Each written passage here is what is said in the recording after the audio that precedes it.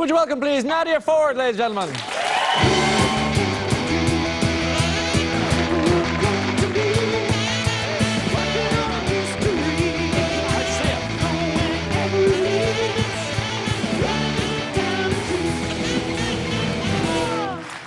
Good to see you. Good to see you too. Thanks for having me. Yeah, pleasure. The I'm a Celebrity thing, right? Yeah, that whole thing. That was floating around. Steady now. That was floating around for what, about a year before? Yeah, I had my first meeting with ITV back last February, and I definitely walked into that meeting going, yeah, okay, yeah, sure you're interested, yeah, see you later, and kind of left. And it was, I knew that they were like, no, we are interested, and we want, and you know, they had blocked the dates off, and I was like, and as the year went on, I was like, oh, the Jungle's coming up now, and I was like, oh, I'm actually getting on that plane. And I think it didn't really sink in until maybe 5 days in. I was in the Slammer. Yeah. Gemma is moaning, and you know, there's a lot going on, and I haven't eaten in a few days, and I was like, oh yeah, I'm in that show. Yeah. I forgot. And it became real. Yeah, about 5 days in, and I think it was the first time Anton Deck came into the fire to kind of deliver news to me and the rest of the campmates, that I realised, yeah, this is the show I'm on, and this is actually, because when you're in it, it feels like some weird retreat that you go on to find yourself or something like that. Very weird retreat.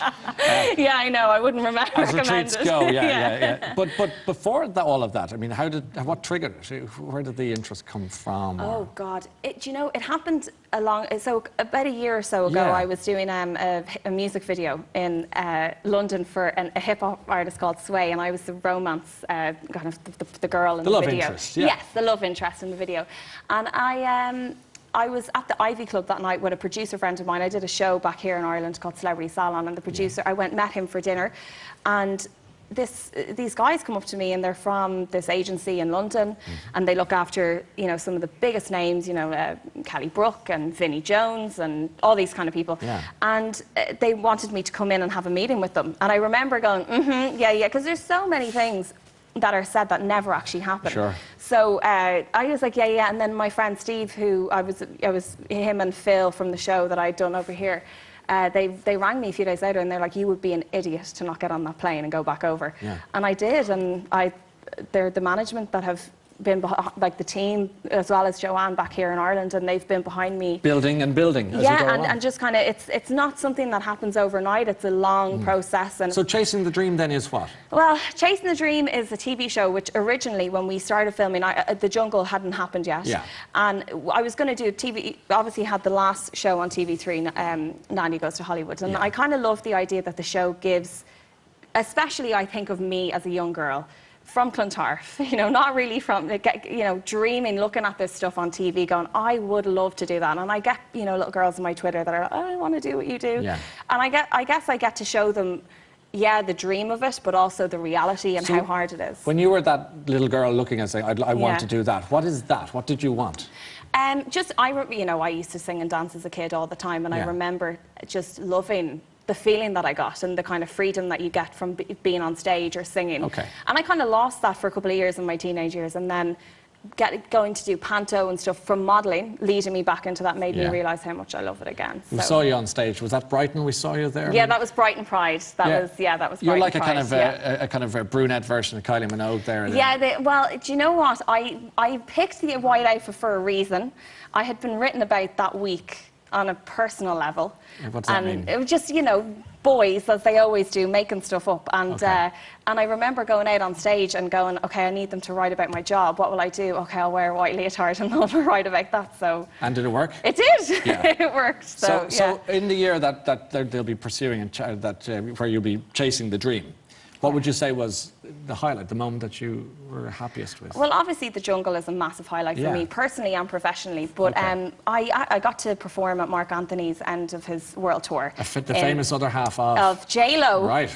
J-Lo. Johnny Logan. And of course. Yeah, Johnny Logan. Yeah. So I got to do that. So that was pretty amazing. And just, I guess, to be performing with people that you admire and that you have on your iPod, and kind of getting to, you know, when they're on, it's good, you know, you're like, okay. Low point? Oh, being away from home. Yeah. Low point, being away from home, and just the loneliness, you know, there's a lot of, it's not, I'm not saying that it's an easy job, but I have to make a sacrifice to not be with my family and my friends and to live and travel and be by myself in hotels and stuff like that. So that part is lonely. And I think as well, going into the jungle, not having my phone was probably the biggest struggle. Yeah, I'd say. But, yeah, where like at least I have FaceTime and stuff like that. People see you on the cover of FHM, I should say, and they'll see you in magazines and stories written about you, and they'll see you on TV and in LA and on stage, and they'll think, what's she talking about, having a low point? It's hard for people to understand that you might be a bit down in the dumps or what have you. No, do you know what? I have an amazing life, and I'm 25 and getting to live, you know, this incredible, you know, life where I get to travel and stuff like that. But yeah, it is, you know, it's, of course I just miss home. It's like when I landed in Dublin Airport this morning, I was like, hi, you know, like, and they're all like, ooh, is she all right? You know, like, how's everything? You know, that kind of thing. But yeah, it's just missing home is the tough part, and just, you know, kind of making new friends. And yes, you miss your nana, don't you, I bet? I do miss her. She's going to love her little mention. Well, she was here last time. But she was here last time. She was. She actually stole my thunder last time. So, that's why she's at home tonight? Yeah. No, she wasn't allowed to come tonight. No.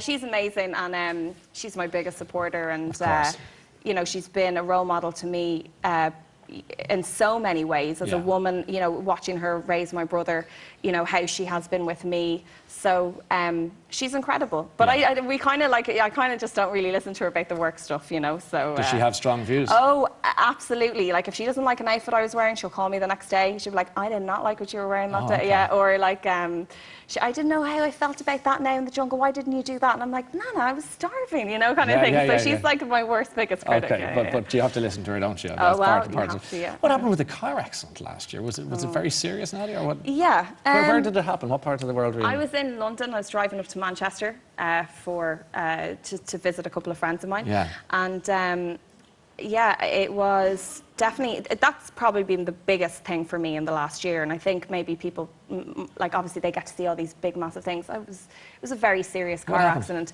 I was driving, it was raining very heavily. It was early on a Sunday morning, so thankfully the roads were quite empty. I was on the motorway. And I jammed on the brakes because I could feel the car losing grip, and it kind of spun, hit the central reservation, and then I was up in the air, and then before a proper spin. Oh, like a proper flip. Really? Yeah, and then I kind of landed in the middle of the motorway, like near where the central reservation was, and I was on my side, and then a guy pulled me out. Yeah. That's very serious. Did you have any serious No, I injuries, actually just had a couple of niggles, and I still have a bit of an injury in my right leg that I actually saw when I was performing in Brighton Pride. It was a couple of weeks after. I was blessed to walk away from it, and I think that's definitely the thing in the last year that's changed my life most. How? What sort of effect would such a thing have on you?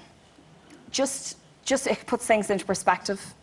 You kind of realise how close it was for a minute, and it's, you know, the ambulance men that were there on the day, they thought I was a passerby. They didn't think I was the person in the car.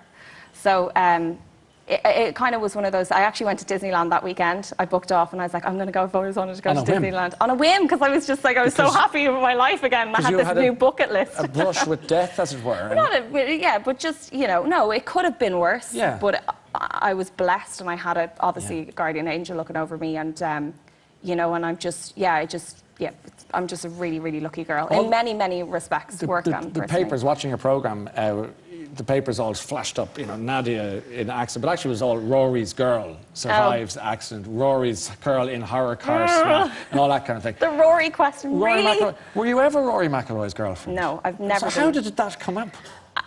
Just nail the lie once and for all. No, I will. Rory and myself have mutual friends. I really have answered this question so many times, and I feel like when I tell people, they just don't want to listen because... I'm listening. Okay, you're listening.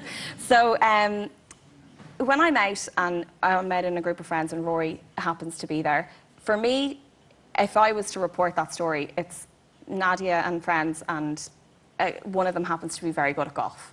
And that's pretty much it. To me, he's just a friend, one of the guys. And I think it's a mixture between his brand that's around him and then me.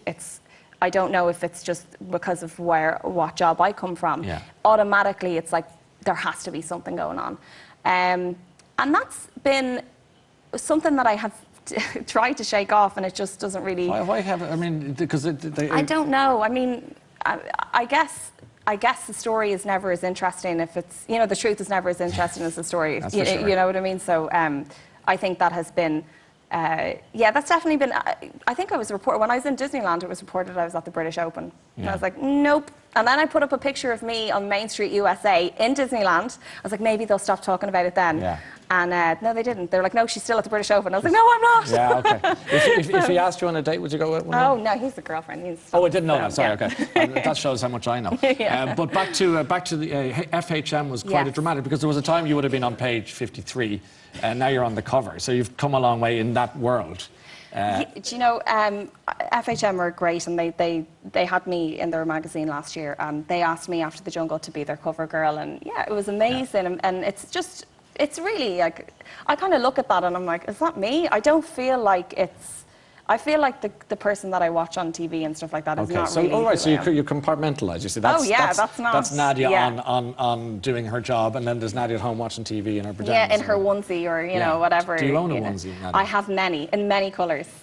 I don't know what to think of that. I said, should I just upset you? No, not at all. Because my next question is so inappropriate following that. Because just the reports this week were suggesting that you. I didn't quite know whether you were fudging the answer on a Playboy shoot.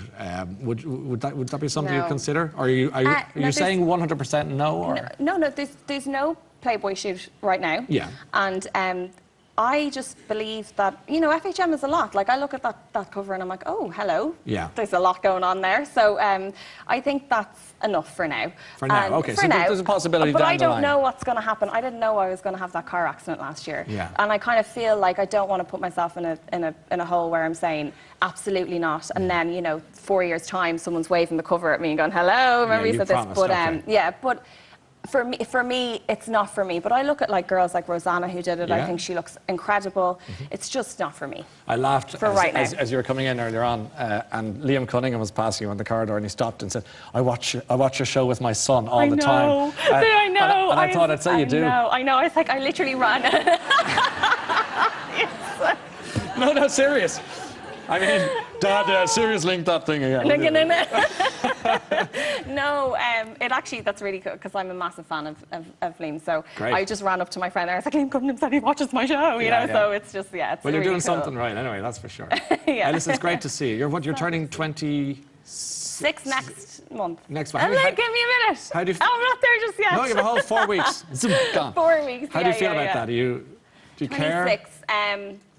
God, I've grown up so much in the last couple of years. Like, I don't know. I'm just not I think I'm a little bit ballsier now than maybe I was a couple of years ago. Good. And definitely have maybe a bit of tougher skin. So like little things that used to maybe upset me and stuff don't. But you're more in charge of things, I think. You're different to the person I interviewed the last time. Do you think? Yeah, definitely. You're a bit more, as I say, in charge of what you're doing. Yeah, I like that. Yeah. Well, that's a good thing. So good luck with that. Thank you. Yeah, come and see us again.